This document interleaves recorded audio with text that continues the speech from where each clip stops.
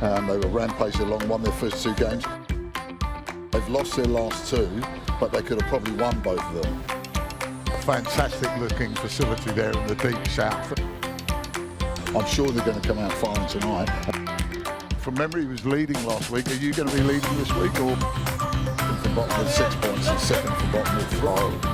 Yes and no. Yes and no. It paid off for them. They got a 2, double the 4 and won 6 points. Depends what the teams above you do, doesn't it?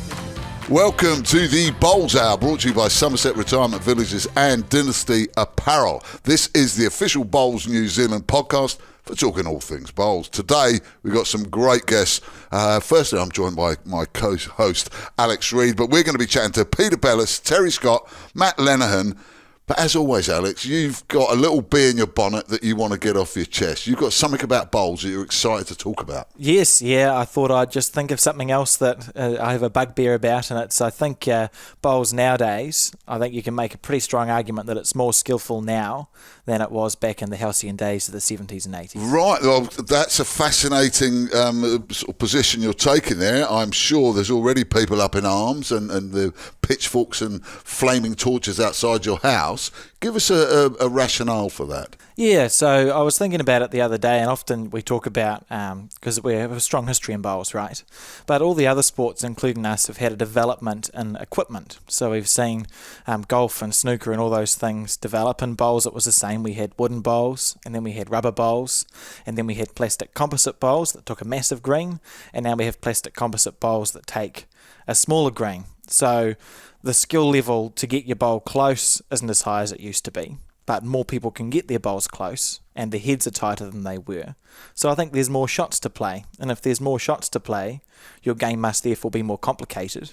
And if your game is more complicated, surely it takes more skill to play the bowls. The fact that you've got a wider array of shots to be playing, does that mean that, say, for instance, if I transpose someone from 1970 who was a top player to now, and he'd had a chance to do it, that you could beat him? And I would put it down there. A, we don't know, but B, maybe not. Maybe the skill required to use these rustic bowls that they were using in those days was tougher. And if you had to play with those bowls, you'd be scratching your eyes out. Yeah, that's an interesting question. I think that if they came to our era and played us with our bowls, we'd beat them.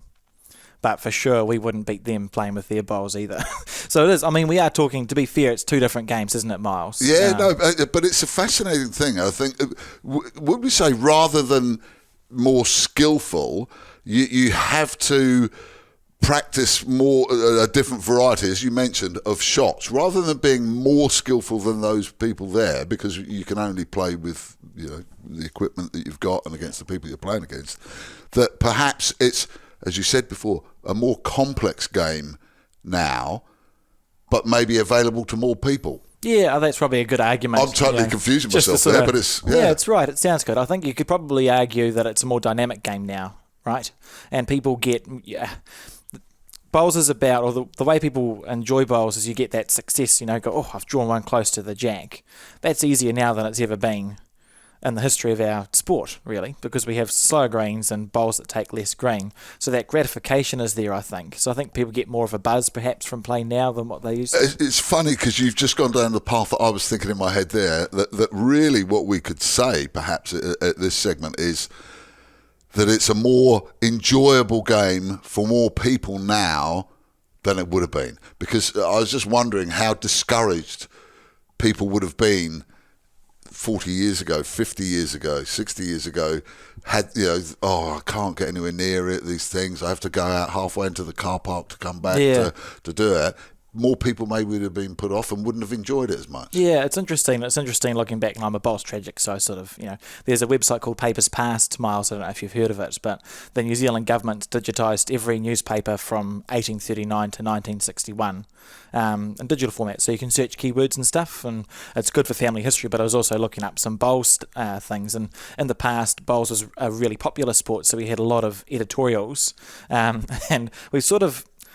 And I've not taken away from my point, we've come around in circles twice because we've had straight bowls once before and people lost their temper at that because they used to call them pokers. So in the 20s, there were skips who'd have a wooden bowl that would just go dead straight. and people didn't take that very well. So I find that interesting as well. So the skips would have those, but everyone else would have the big bendy ones. Yeah, the skips that have pokers. See go my straight at technical the head. knowledge, big bendy one. That's the technical.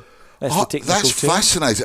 I love. I have heard of that site. I must go and have a look at it. It's Actually, interesting. find those different things. Now, when you say bowls was more popular, I would put it to you, Pat, and I don't know the numbers, and I suppose population's greater now, so it's very hard to compare apples with oranges. But perhaps there were less competing sports that people were interested in, so therefore the media were more interested in bowls and maybe gave bowls more of a prominence in their writing. Yeah, definitely. And I think we are a colonial country. And don't you forget it either, mate. As you know, Miles. But it was just in the psyche, it was up there. That's what you did. You have all the small settlements in New Zealand had a bowling club because it's the place that the gentlemen can meet and you socialise and the ladies can make the sandwiches. Yes, yeah. But you say that. I mean, I came here 37 years ago now, and when I landed in Patea in Taranaki, which is a tiny little place, 1,500 population at the time when I was there, had the bowling club. And my father-in-law worked for the Farmers Co-op, but he was a part-time greenkeeper at the bowling club. And we used to go down there for roll-ups all the time. I'd never seen a bowling green before in England. I'm sure they were around, but not in my consciousness. And everywhere, and I can I think Morris Symes was up there then, Peter Belliss was down the road in Wanganui. We're going to be talking to Peter later on. And so this is nearly 4 decades ago, and my impression was that it was everywhere, even then. Yeah, and that's what we're lucky in this country to have had. And I think, again, and I've taken away from my point of bowls being more skillful now, but there's a lot of doom and gloom about the situation of all sport in New Zealand, I think. I think people are a little bit depressed about, if you look, 20, 30, 40 years ago. But let's not forget that we still have 470 clubs in this country. You can't sneeze at that. That's a solid amount of bowls. There's a solid amount of clubs. What about members? Do we know what the membership's like in terms of the numbers drop drastically? I suppose when you lose clubs, you're liable to drop a few. But then you may attract, it's attracting a lot younger people as well nowadays than it used to. It feels like the fall off the cliff has paused or stopped for bowls at the moment. We've been pretty level for the last 4 or 5 years, a number of affiliated members, and the people that, the social bowlers that are participating has increased, which is great because from there comes your pool of people who might join up to a club full-time. So we're looking pretty healthy, I think, really. And it's just important. I'd encourage people not to get caught up. You look through rose-tinted glasses and think about the halcyon days of the sport in the 70s and 80s, where we're one of the only, core sports that were around, and there were hundreds of thousands of people. We used to get 4,000 people playing our national singles, and that's incredible and amazing to remember. We live in a different world now, and I think we're still a great sport, and I think we still do a good job in delivering our game out to people, and people obviously still enjoy it, or they wouldn't be playing. No, I think it's definitely, although numbers may have dropped, and numbers have dropped in rugby, numbers have dropped in football, numbers have dropped in basketball's going up, but most of them are dropping anyway. So it's not unique to bowls. There's a lot more distractions. People haven't got the same attention span that they used to have. So I'd say comparatively to other sports, I think bowls is doing really well, and it's actually expanding its market. I don't think rugby or football are expanding to a wider age group and having a wider sort of community appeal. But one thing that fascinates me, and we're going to ask people, if you've got a point to make, or if you want to put a little bit of an argument in here, either for or against Alex, in terms of is the game of bowls more skillful now than it was in the halcyon days? What prompted you to think of that? Did someone come up to you, in my day, little man, we would have thrashed you, all these flash little bowls, they almost do the work themselves? Yeah, was there something that sparked it off in you? It's a good impression, Miles. I think it's a conversation that's had, and the conversations I want to have are the ones that are had after a day of bowls at the, you sit at the refreshment station and have a conversation about, people's careers and what bowls used to be like. It's pretty common. It's a common conversation to come up, and it's a common debate to have. Yeah, I was just thinking of people coming up to you, you whippersnapper coming along here, win a couple of tournaments, think you know it all and that. And I mean, frankly, if I'd have been playing bowls for years, I'd be saying that to you. Yeah. Because, you do win a lot. I've seen you playing. You're very good at what you do. can stay.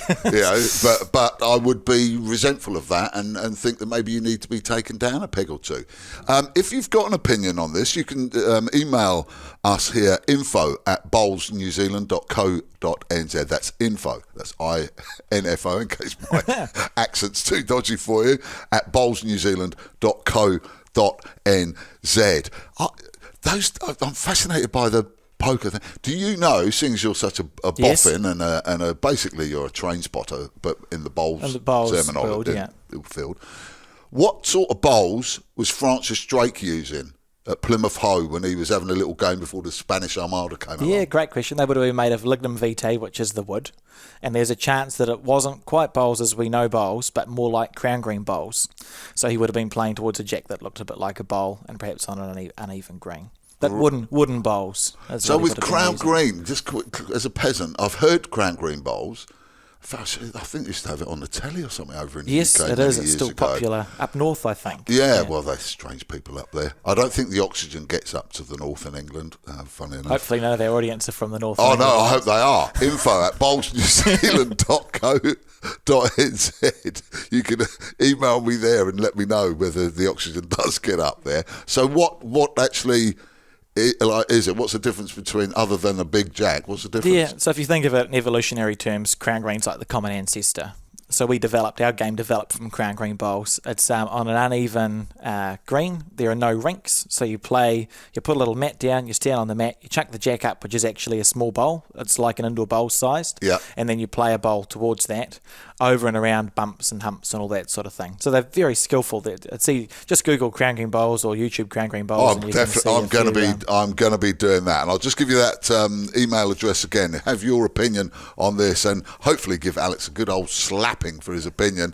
info@bowlsnewzealand.co.nz. Coming up next, we're going to be talking to the coach of Bowls Canada, quite appropriate with the Commonwealth Games coming up, Terry Scott. Stay tuned to the Bowls Hour.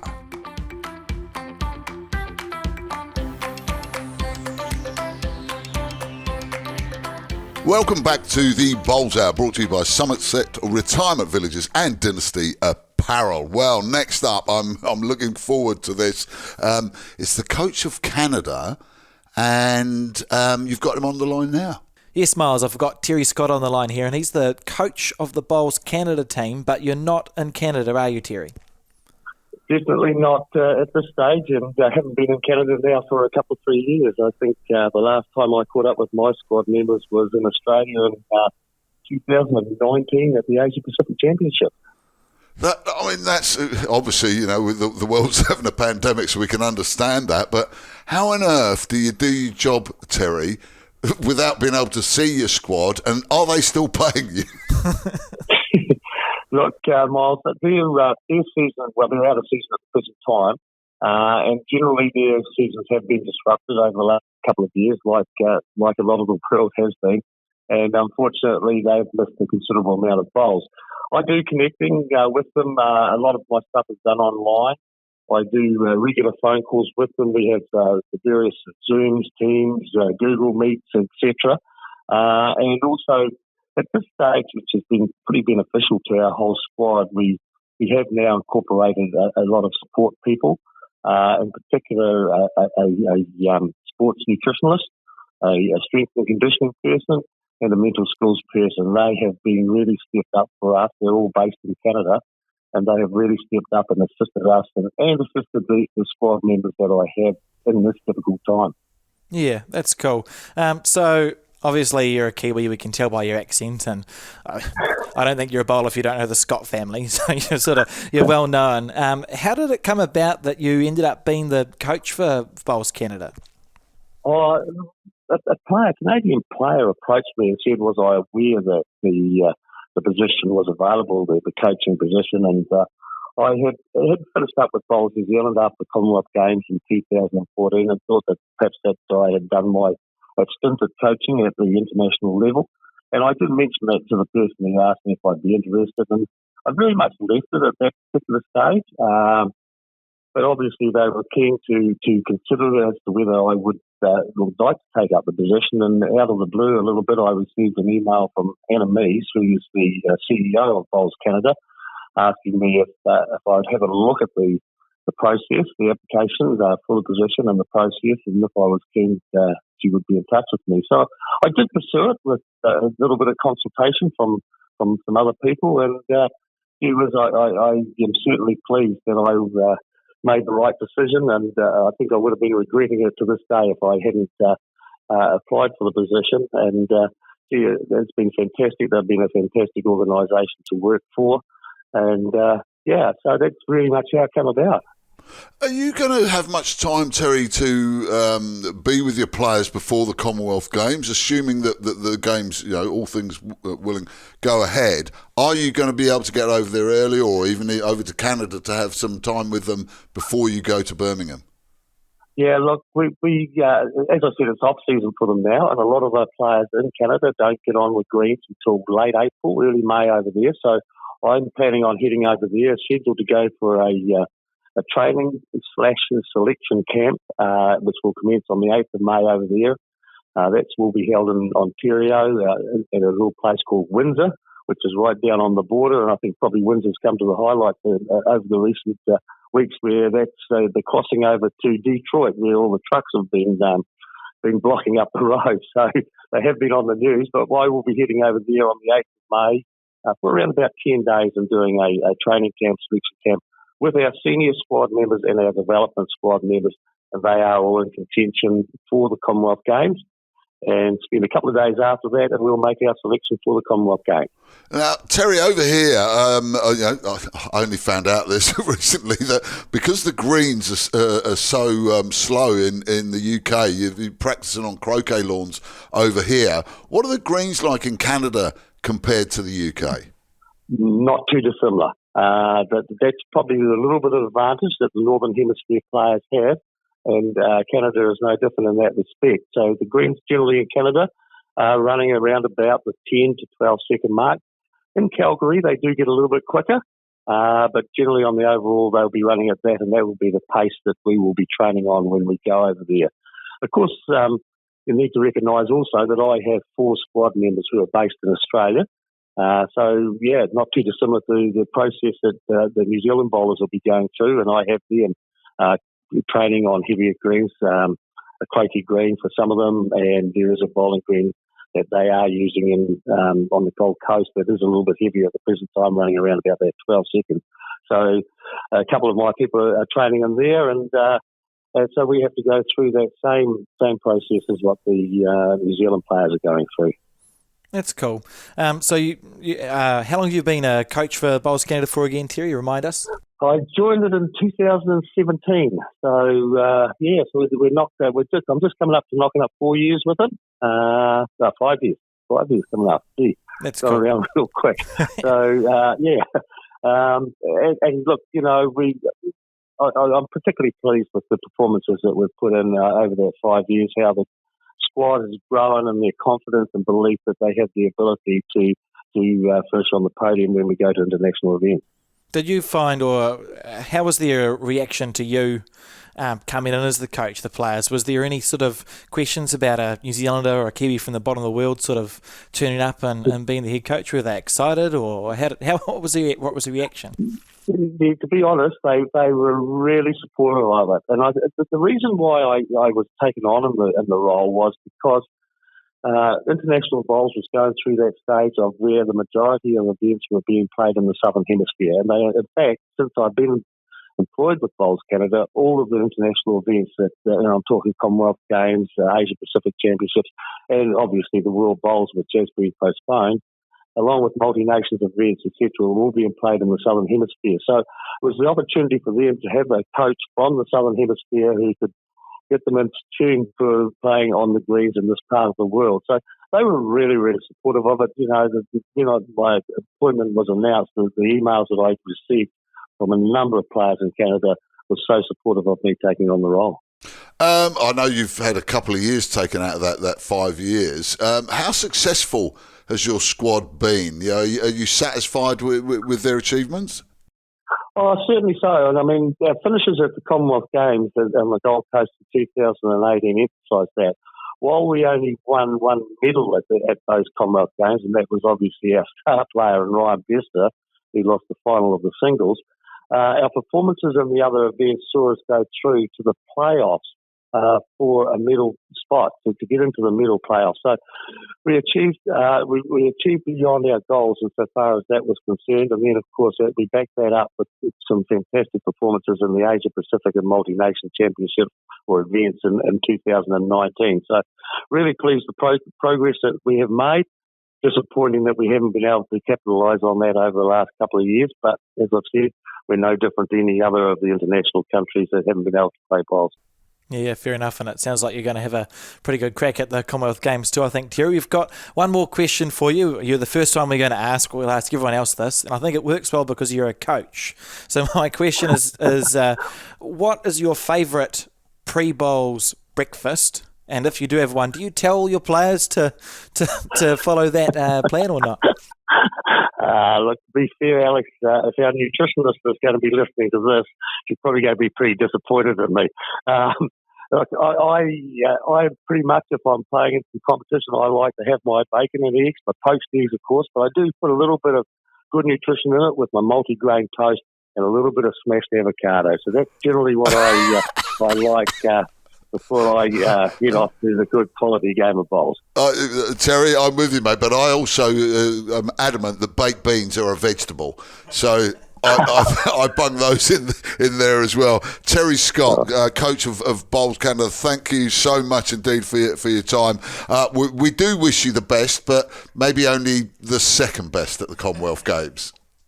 Thank you so much, Miles. I'm pleased to have some support from you.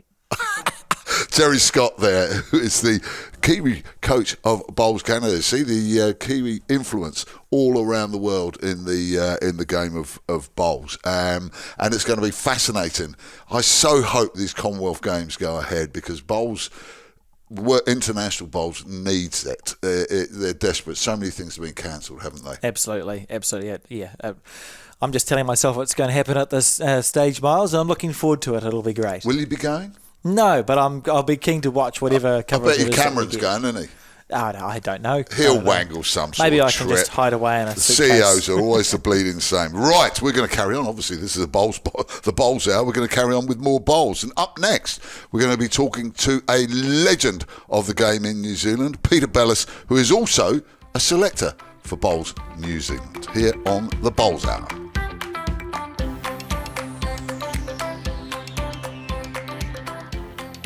Welcome back to the Bowls Hour, brought to you by Somerset Retirement Villages and Dynasty Apparel. I now, Miles, have Peter Belliss on the line all the way from Wanganui. How are you today, Peter? Oh, great. Lovely day in Wanganui, sun shining. That's good. It's the same in Ponsonby. If I look out the the window, we've always got good weather in Auckland as well. So, yeah. as you know, I've been out with the dog this morning, so we had our walk. All was good. That sounds great. So how's your season going, Peter, before we get into the serious chat? How's your bowl season this year going? It's been a bit quiet this year for a number of reasons. I've played only a couple of club competitions, managed to be successful in the triples, and when I played the fours, we lost in the semi-final, and now fours is just drawn teams, so a bit of luck of who you get, and so we did well to qualify in that. And in the centre, I only played two centre events and lost two semi-finals. Probably a little unlucky to lose to Bruce Winterburn in the open fours on an extra end, and we lost to Ray Park in the open pairs. So would have liked to have done a bit better than that, but however, that's the way it is. Peter, having won so many things over your long, illustrious career, if you don't mind me saying, do you still get hungry to go out there all the season start and I want to get back out on the green, or do you have to sort of whip yourself up into a mood of excitement? I think the whip is the requirement these days. Look, I don't practice very often these days, although we live next to the Jury Hill Bowling Club, and my wife, Breen, she's a regular practicer over there. I go over occasionally. But, look, I'm just happy to go out and play and come what may. In fairness, if obviously the Nationals were fours and mixed pairs were cancelled, I would have done a bit of work for that. and I've been in reasonable touch without seeing the world a lot. But look, I just enjoy going and playing, and take that from it. Some days you think you play pretty good, other days you wonder how you get so far away. But that's all part of basketball these days. Yeah, that's most days for me, to be fair. Do you have anything left you want to tick off your list, Peter? If you look at tournaments that you'd like to win, is there anything left on that list or no? No, I don't think there's anything that I'm desperate that I need to win. If I get any wins these days, it's looked upon as a bit of a bonus. Look, I've had a great career, and I'm very thankful for the opportunities that bowls gave me. And probably more in the social bowler category these days.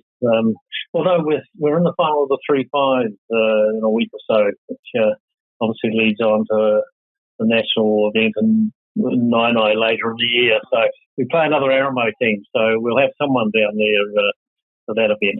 I was just wondering, Alex came up with this proposition at the beginning of the show that bowls is far more skillful. Don't ask Peter, Miles. I'm going to ask Peter. Perfect person to ask. He says that he reckons that the game is far more skillful now than it was 40, 50 years ago. What's your opinion, Peter? And to justify myself, I wasn't talking about the skill it takes to put a bowl close. I think there are more shots that you can play now, Peter. That's my argument. The game has changed drastically from when we went to narrow bias bowls in comparison to what it was prior to that. And that changed the game. Some will say for the better, some will say for not, because I recall when I first got a set of classic twos and I was called a cheater because I was using these narrow bias bowls or classic twos. Now they're one of the widest drawing bowls. Whenever you come against someone using classic twos, well, you think you've got an advantage because they're so wide. So the game changed through that. The skill factor, the skill factor is always there, irrespective of what area you play in. And certainly you're right, Alex, in that there's a different type of shots played these days. It was a draw-drive game when I first started playing. Greens were probably a little bit faster when they were grass greens. So the in-between shots weren't part and parcel of how you played the game. These days, it's very much part and parcel. You need to be able to play those shots, and as well as obviously the draw shots, the main shot. But gone are the days where it was a driving contest among those who could hit good. That's good. I'm glad you didn't hang up on us, Peter. That's cool. So you're now on a roll at Bowls New Zealand as one of our selectors, looking forward to the Commonwealth Games. It's not called a Blackjacks team, it's the New Zealand bowling team or whatever it is. How's that all progressing, Peter, the practices you've had at Rocky Nook? Yes, we've had one trial at Rocky Nook, and that was a couple of weeks ago, and I think last week we cut those squads down. I think 10 men and 8 women will contest the next trial, and that's scheduled in a couple of weeks' time. And from that, the Commonwealth Games sides will be selected. But, a big shout out to the players. They've done a huge amount of work in the off-season. Most of them had access to croquet greens, and we're grateful for those clubs that allowed our players to go and use their facilities. And it's tough because this is the first time we've gone back to the Northern Hemisphere to play in a long time. And most of the events, the 2016 World Championships obviously in Christchurch, the 18 Commonwealth Games on the Gold Coast, and the 2020 World Championships, which will now be in 23, we're also on the Gold Coast. So it makes a big difference if you're basically in conditions that we're familiar with. And so it's a big ask to the side that get selected to go up there and play on those slower greens. It just brings a lot of countries into play, and no doubt the host nation, England, Scotland, Wales, Ireland, will be very difficult to beat up there. Also Australia. So it's a tough ask for us, but we need to go up there and and do as well as we can, and especially the men who haven't won a medal since Mike Kernahan got a bronze up there 20 years ago. So, that's a bit of a monkey around our neck at the moment in getting the men into the medal category. Northern Hemisphere Greens, you are probably one of the more successful New Zealand players up there. I've watched your final now, your world final, when you beat Willie Wood on those 10-second greens in Scotland, and I watched the first bowl, and I legitimately thought it was a run shot, and it fell about 3 feet short. Has there been any wisdom you've been able to pass on to those potential New Zealand players at Rocky Nook? Not so much at Rocky Nook, because that was a trial situation. We were in a competitive mode there. Yeah. In comparison to the training camps that we had prior to that, which were held Dunedin and Wellington, and I think might have been one in Auckland. No, we didn't get to Auckland one. But, look, there is a change, and it doesn't matter how much we talk about it until you actually experience it firsthand. You don't realise just how different it is. We've got a few players who have had some experience up in the Northern Hemisphere, and to be fair, in some places in Australia, they are some slow greens there. Even on the Gold Coast, when you get some wet weather, they get down in that 12-second, 13-second bracket. But each second drops off the run of the bowl as the meters, and so that's something you got to learn. And certainly when I first went up there, I was hopeless.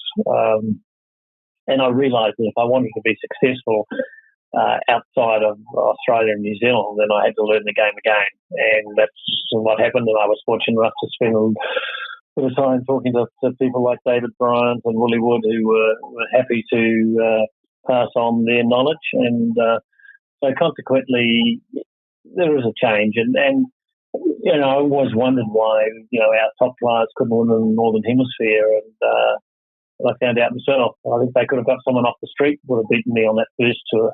And I think I played 21 matches. These were singles, and I won 5. So that was awakening to what was required. And I suppose the one redeeming feature was that actually one of those 5 wins was against David Bryant. So that gave me some hope that perhaps that I could be successful in the Northern Hemisphere. That's fair enough too. Thanks for talking to us, Peter. We've got one last question. We asked Terry Scott this question just before, and it's one of the it's vaguely relevant to coaching, I suppose, isn't it, Miles? But do you have a favourite pre-bowls breakfast? And if you do, what is it? No, I don't. My breakfast is quite important to me at the moment. As you're probably aware, I have leukemia, and I have to take chemo tablets every morning at roughly 8 o'clock. So my breakfast is around that time. But generally cereal and fruit and yogurt every second day, and toast, and perhaps the cooked breakfast every so often. But as far as having something before bowls is concerned, no, I don't have anything that I think I need to have for that. Well, whatever it is you were eating over your career, Peter, it certainly worked. Thank you so much indeed for your time, Peter Belliss. We wish you all the best in Birmingham at the Commonwealth Games. And I've just got a funny little feeling that there are going to be some the women always look after the men and they bring back the medals. But this time, hopefully the men will be bringing back some medals with you. Yes, so we look forward to that. Peter Belliss there, who is obviously a bowling legend, a former world champion, and the one of the selectors and coaches of that side. And I've got to say that I do, with that crew that they've got there with him and Scogland and Kernahan, there's enough experience there. If they can pass just a little bit on. Yeah, absolutely. Every chance in the world. Very much indeed. And let's keep our fingers crossed that it bleeding happens. That would gut me if that gets cancelled. Right, stay tuned here to the Bowls Hour. Next up, we've got Matt Lennon from the Lee Bowling Club.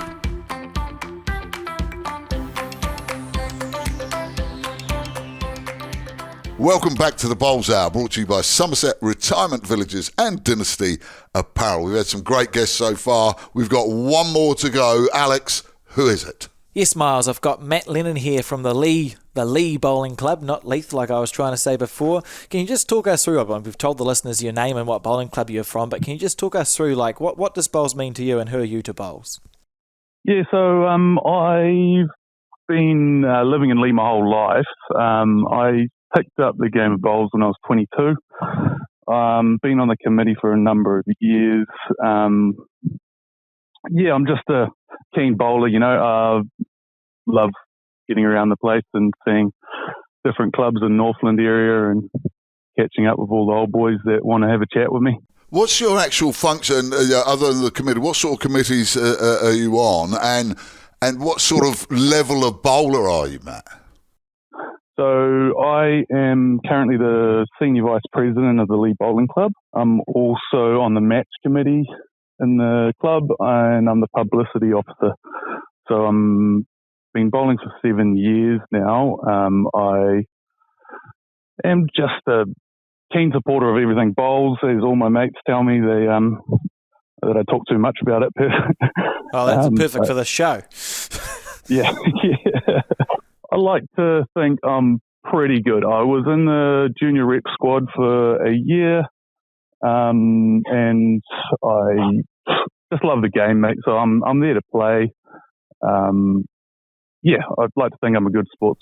Yeah, I'm probably giving you a bit of stick. I was thinking, he's rubbish and he's trying to avoid it. But what I get actually is you're just more humble than that, and you love the game, and you're just going to keep getting better and better. Can you tell us something about the Lee Bowling Club and what are the good things about it? So the good things about the Lee Bowling Club is the people, the patrons, mate. Got a lot of people behind us, helping behind the scenes, getting everything organised for our tournaments, and it's the people behind the bowling club. As every bowling club, I'm sure, in New Zealand is the same. You wouldn't have a bowling club without the patrons. Yeah, fair enough. Sorry, Matt. Keep talking about the Lee Bowling Club. What's the good things? I was going to interrupt you, but yeah, feel free to keep going. Yep, sure. So our green is obviously the gem of the Lee Bowling Club. We ripped it up 5 years ago and turned it from Cotula to Maniatoto, and it is running superbly. And who's responsible for that? Do you have a dedicated greenkeeper, or is it just a greenkeeper? Yes, we do. And what's his name? Lance Michelle, and he is very dedicated. Actually, he's up there every day. He's very keen on the sport himself. He loves getting the juniors together and sending them all around New Zealand to play bowls, mainly in the North Island. But he's a very keen greenkeeper. We've got Ron Perry. He's been running the green at Lee for a very long time. He has stepped down for Lance to take over, and Lance has picked it up, and he's done a great job. So it's a Maniatoto green. Excuse me. Don't worry. Yeah. It's a Maniatoto green. How quick does it run? Is it quite a fast Maniatoto green that you've got at your club? Yeah, it runs about 16, 17 seconds. That's pretty good. It's a very good level playing field. Really, everyone loves it. We haven't heard a bad thing about it since we've put it down. So it's the perfect place to come play and spend your weekend, Matt. I can tell you that much. Yeah, and remind me, what centre are you guys affiliated to at Lee? So we are the furthest south of the Northland Bowling Club, Northland Centre, sorry. The furthest south. Yep. Cool. So we're in the Auckland region, which made it a bit difficult for our centre events at the start of the year. We couldn't get past the border. But we did a bit of roll-ups, just to keep our game up. But we're into it now, sending juniors up to a lot of the junior events in the Northland, and hopefully get a few teams up for the Champ events coming up. It's I've been to Lee a few times. I spent weekends up there. It's a fantastic part of the world, but it's a fair trek, I'd imagine, to a lot of the events, Northland type events, centre events that you've got to go to. How do you guys cope with that? Do you see it as a disadvantage as well, having to travel all that way, whereas a lot of other people, the locals might have a bit of an edge on you? Well, we love it, mate, because we've got a lot of history in the Northland Centre, so we've got a lot of friends up north. I can honestly say I spent the weekend at Russell Bowling Club just been, and it's just great to get up there, mate. It's a different part of the world. and it's beautiful to be in the tropical north. I'm happy. I'm happy as a Northland bowler. Did you go across on the ferry, or did you take the cheap way round? Well, we've got a place to stay in Pai here, so I ended up jumping on the passenger ferry. Oh, one has one. Not a bad part of the world either to spend up there. But I was just thinking when I asked you that question, actually, I'm thinking there'd be a lot of clubs in Northland that, further up, that would have to travel a lot anyway. What sort of successes has the Lee Bowling Club had? Have you won sort of centre titles, or have you got some sort of gun players? Yeah, so this is a big question. This is a big question for us because we have not been on the Northland board for a centre title for about 19 years until last year. We had a junior first year single, George Brooks. He's my age. He's 29.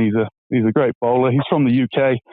He came through and beat 14 other bowlers in the first year singles up in Whangarei. And that's put us back on the board. First time in 19 years. Excellent. Yeah, we were stoked with that. We've got a brand new certificate to hang up on the bowling club. It's going to be in a prize position for sure. Fair enough. And did you have a little get-together afterwards at the Lee Bowling Club in celebration, or is that to come? That's to come. We're just getting it framed at the moment.